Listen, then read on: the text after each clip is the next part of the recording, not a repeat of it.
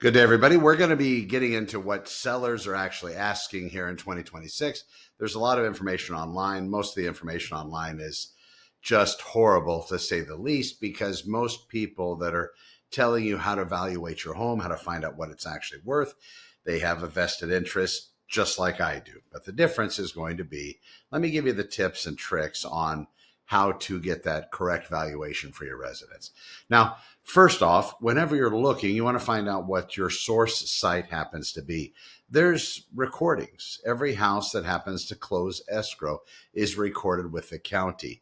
That access is typically tracked by the local boards of realtors. Also, the tax assessor's office. They always get that information as well. But it's not easy to pull up there. It's not like a simple system that you can go in and just grab a quick valuation on your residence. My recommendation is to find that local consummate real estate professional and see what they produce for you. Now, just to give you an arbitrary number, I don't think I would go with that. I would want to see the data behind it, and then you can do your own investigation when you're looking at the data. Make sure that it's lining up so they're not comparing your residences with residences in other cities or other zip codes. And if they are using that as a reason, then I would ask them to further explain why they're not using properties that are in closer proximity to your residence when they're making their comparisons. Also, if they're, let's say, trying to compare your residence, which is a regular, box style single family residence, maybe like a ranch home, something very traditional. If they're trying to compare that with a duplex or a triplex in some other part or some other city, I would want to try to figure that out. What it should be is you should look at your residence as the beginning point, where the pin goes. And then from there, expanding outward until you find 3 or 4 closings within 180 days that compare very closely to your residence. If you can find residences that are very, very close to yours, same bedroom count, plus or minus a couple hundred square feet on square footage, plus or minus about the same on the lot size, maybe a little bit more liberal on the lot size, and close to the same year built, you're golden. Those are probably going to be the best comparables. Now, let's say you haven't done a lot to your house as a seller. Let's say you've kind of left it as it is for the last 30 years, and that's not uncommon, so don't beat yourself up. But now might be time to pay forward a little bit, depending on the type of market you happen to be selling in. If it's a complete seller's market, we're kind of a little split. We're not 100% sellers right now in the Santa Clarita Valley, so buyers do have an advantage just because it's taking a little bit longer to close real estate listings, but that also depends on the city. Castaic right now is blowing up. Stuff selling out there off the shelves, just flying off the shelves. But it just depends on the area, time of year, and the particular buyer drive that exists. But let's say you're looking at that. So you're going to be expanding and try to compare your residence with others. If the other ones have been renovated, remodeled, well, then you're going to have to see how those changes line up. And then it's not complicated to pencil out if you're going to do these changes to make yours match those sold listings, to find out exactly what kind of benefits you're going to reap from that investment on your exit strategy.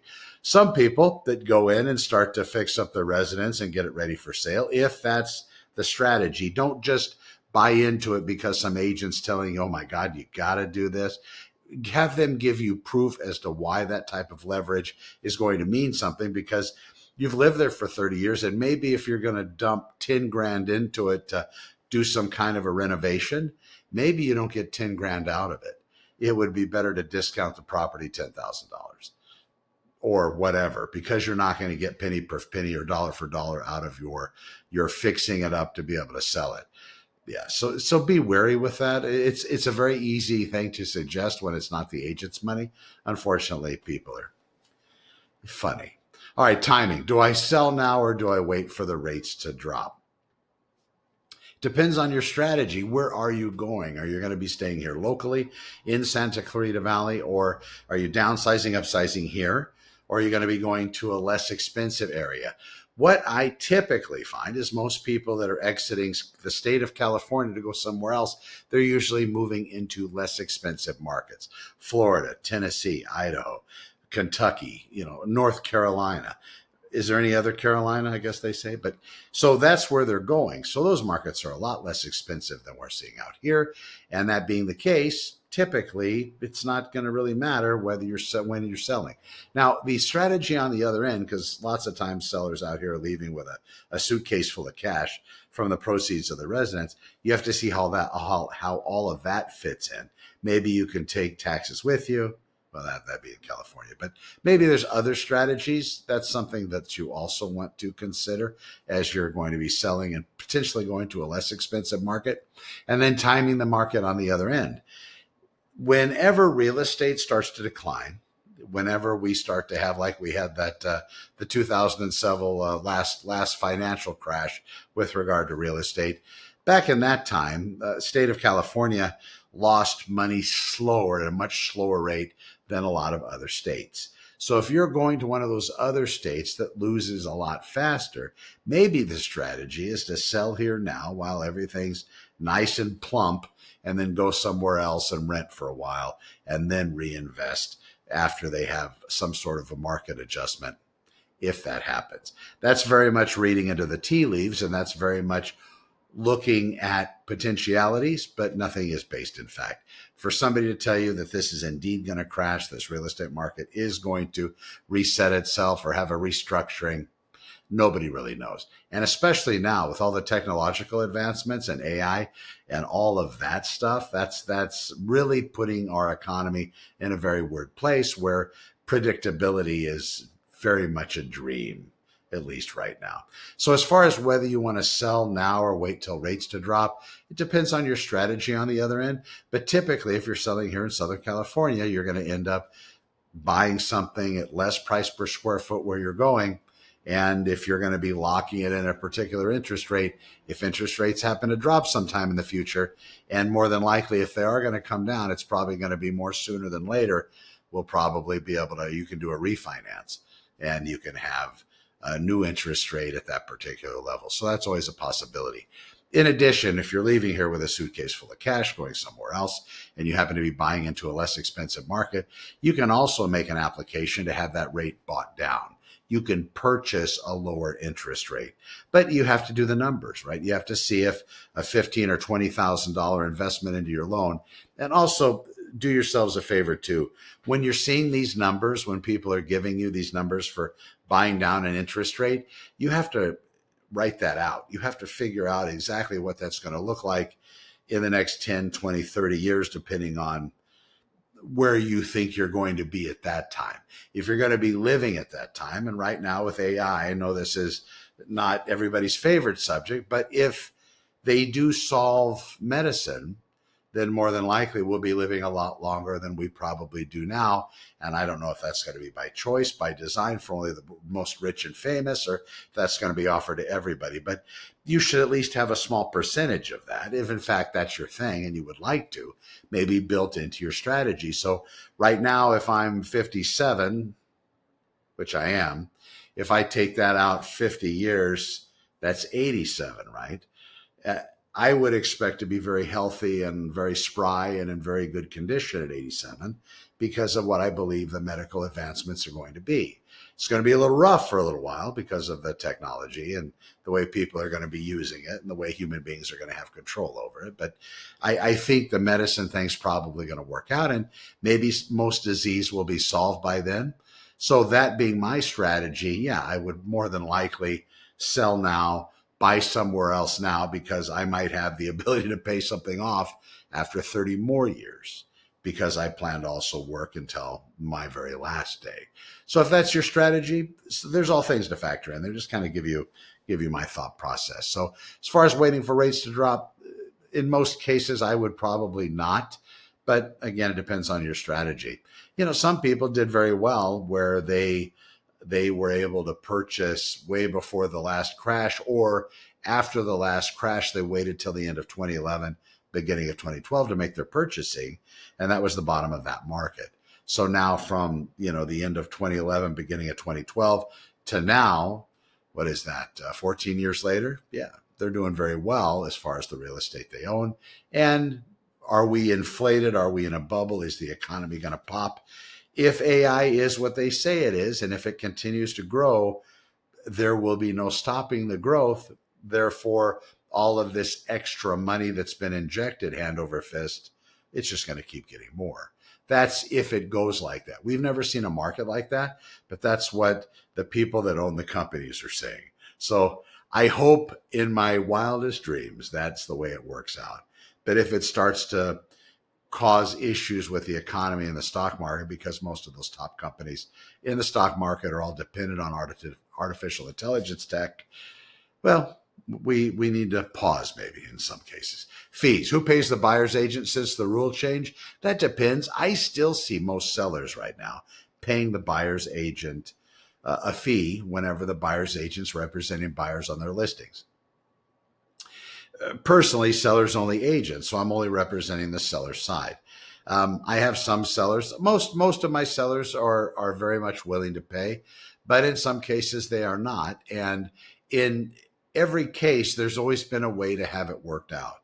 So even if my sellers weren't willing to pitch in for a buyer's agent, which is rare, at least for now still, it's still rare, even after the purported changes. Now, these changes, they're really not changes. They're just more legal ease being put into the mix. It's always been negotiable whether a seller pays a buyer's agent. That's always been that way.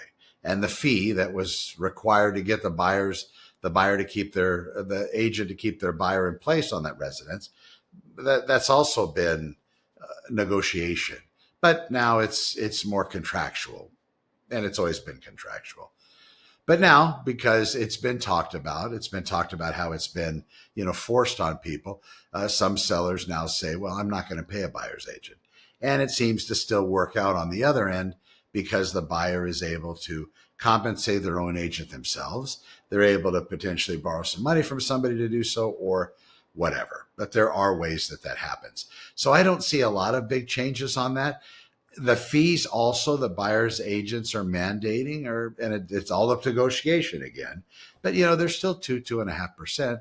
It depends, but in some cases they're quite a bit less, and in some cases they're flat fee as well. So I've seen all sorts of different things come across my desk when representing sellers. All right. So as far as insurance go, will fire insurance kill my buyer's loan? That's another question that popped up and has been talked about since the Palisades fires and all of the other stuff going out here in California. Yeah, it could. It could actually ruin the buyer's ability to purchase your residence. What I inform my sellers to do now is do their due diligence up front with regard to the insurance and make sure that their current carrier is going to stay and they're still going to offer insurance on that particular residence. That's valuable information to have as you're advertising or as I'm advertising and marketing the property for sale. That's important because then that can be conveyed to the buyer. Now, that doesn't mean that the buyer doesn't need to still check for insurance and start shopping. Shopping should start taking place right at the very beginning. And I say that because in most cases in the past, prior to the water issues and the insurance issues and all this other stuff in California, what we used to have happen was the buyer would wait until week number 3 of a 4-week escrow to grab an insurance policy. And in some cases, they could almost do it a couple days before, and it always seemed to work out. Now that needs to happen earlier, especially in a lot of cases. If you're a buyer watching this, the sellers aren't having an agent that's telling them this needs to be a preparatory part of the process as you start to list and sell your house. I don't want to wait until that last minute for any buyer because buyers are out there, working hand over fist to try to get everything in order, try to keep, tabs on the lender, try to keep all their documents. Some of these folks are, working for somebody else in the most case, and they're going to need to get documentation from the other side or their own side from their employer. And depending on how bureaucratic if they're a Fed or if they're some kind of local police officer with a big agency or sheriff's department or whatever, sometimes trying to get personnel to give out these documents that the lenders want for some kind of verification, employment verification, the badge and ID just isn't enough. You're going to need more. And these other items, these other documents, it takes time. And a lot of times they don't have a great mechanism to have the documents produced. Then the documents might be asked for again. And it's not that they were misplaced. It's just that now we need to ensure right before closing that buyer is still employed. Yeah, I know. It happens. So there's a lot of that goes on as well. So you want to make sure that if you are representing sellers and you're watching me trying to learn something, and I appreciate that, have everything lined up, and especially insurance. You're going to have your seller contact their insurance company. And I would say more than 50% of the time when I'm listing properties, the insurance company that's in place for that seller, they're no longer going to be writing policies in California. They didn't cancel. They said, we're going to stay in force until the seller's done. No, until that particular property owner's done. But after that, we're not going to be renewing any more policies in the state of California, or we're not going to be approving this residence any longer, maybe because of where it's located.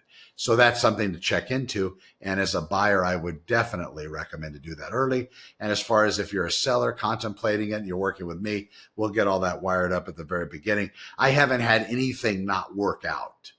Of all the listings that I sell, all the sellers I represent, there hasn't been a case yet that it hasn't, we're knocking on wood, that it hasn't worked out. And I believe that's going to still be the case. There's the California Fair Plan. There's other options. I also have some fantastic insurance brokers that I work with, that work with me or that I know, that are just fantastic people. So they do a lot of the heavy lifting when it comes to getting insurance and those recommendations. And finally, number 5, what do I fix? What do I skip? Talked a little bit about this before, but as you're preparing your house for sale, you need to look at the ones that have sold, also the ones you're in competition with. So realistically, for pricing, you want to take into account everything that's closed escrow. That's where the pricing strategy comes in. When it comes to what you fix, then you're going to want to look at the properties you're going to be in competition with. Which ones are actually out there for sale that can be compared to yours, same neighborhood, same street, same track code, same area of the city, same type of habitability, maybe same school access, these sorts of things. So if you find those properties that are aligning with yours in those regards, then you want to see what those particular conditions are. Now, I've taken sellers to their competition to show them around these residences so they can really have an idea. Pictures are great, but there's nothing like walking through the house. And I always tell my sellers not to say anything when we're in there. Keep all their comments to themselves, because most residences now have some kind of camera, video and audio recording systems. So you don't have to get all happy. And I just call the other agent and say, I want to look at the house. And we set the sellers up and they come with me and we go inside and we have a look around and we see exactly where that house happens to be positioned. And that gives you a really good idea as to whether or not you should be taking care of things on your end. Earlier in the video, I talked about the seller that lived in the house 30 years and hadn't done anything. That's not unusual. I even said that earlier too. But what you'll want to do then is understand that, well, you might have to do a little bit more in the way of upkeep, but that's also predicated on those amounts. What are you going to be getting out of it if, in fact, you happen to make this investment in repairing, replacing, renovating, or whatever the property? Are you going to be getting out dollar for dollar or even more? Kitchen and bathrooms are a lot of times a good bet, especially if the bathrooms have really been the original, where you have the pink octagonal tiles that have been mortared in and just that really old green carpet, those sorts of things. Those are probably going to be worth it, but it'll depend, and also depends on your pricing strategy. Maybe you're pricing it for an investor to come in, just buy it, sight unseen, cash only, no inspections, no investigation period. Those buyers are out there, but those investment buyers are doing that at a discount. So what's it worth to you? And then we work out the numbers. There's many different strategies to skin a cat. I don't know why they always say skin a cat. That even wasn't popular when I was growing up. But there's lots of different strategies in real estate. Just having somebody that can explain them all so we can all come down to what's best for you, I think that's the most important thing. And then finally, artificial intelligence. People say, maybe I'll ask AI what my house is worth. They're pulling those same data points from some of the syndication sites, which have built algorithms, computer programs to basically dial up your house and spit out a result that's going to emotionally base you or emotionally attach you to some kind of a decision. Maybe selling now instead of maybe selling later, convincing you that a certain thing is the best way or a certain agent is the best one. Those systems are trained on that data, and those systems have integrations that combine the LLM with these different a real estate syndication company. So when you're searching, local resources are always, of course, superior. If that resource is actually set up correctly, mine's Santa Clarita openhouses.com. I'd be honored if you look. I have 11 years of sold data in there, every tract, every area here in Santa Clarita Valley. So you'll be able to get an actual figure out on your own, by your own due diligence and research in that system, to see what your house is worth. And then, of course, when you're ready for my help, just click the button on the bottom right and I will be there. I hope you're well. I'm Connor. Thank you for watching the 5 things sellers are asking in 2026. We'll see you tomorrow. Be well.